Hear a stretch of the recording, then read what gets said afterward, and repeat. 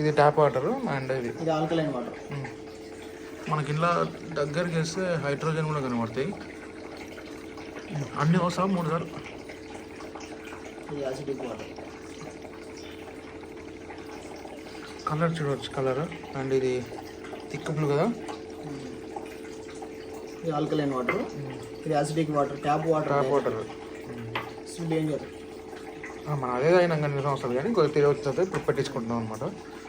So ఇది difference అనమాట. ఈ వాటర్ ఎంత పోసినా అదే కలర్ వస్తుంది.